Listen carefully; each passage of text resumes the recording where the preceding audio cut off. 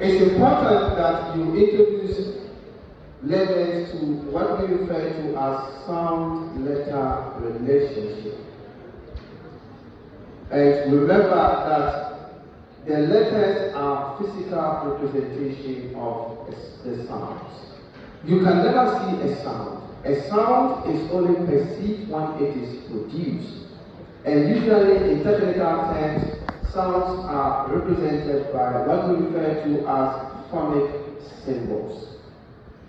And then the letter of the alphabet is used to represent the sound.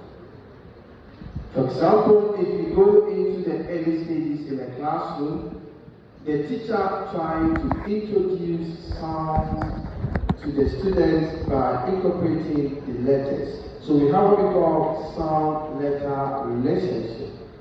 It is common for a teacher to use a language drill to introduce a sound-letter relationship to children. So sometimes you hear A for apple, B for ball, C for cat. What does it mean? It means that letter A is realized as a sound as A. So when you see A in spelling, it is pronounced as A. Then B for ball. Letter B, when it is realized as sound, it is pronounced as B. So you have B for ball. Then C for cat.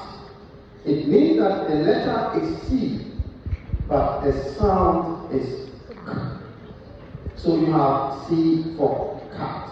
Now, at a higher level, you may introduce different memorization of letter C. Because we have some instances where letter C represents the sound C.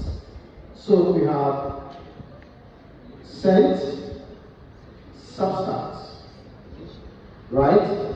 So when you spell such words, you see the letter C, but you don't see the sound C. So it is important that to introduce children to phonics by incorporating the letter equivalent.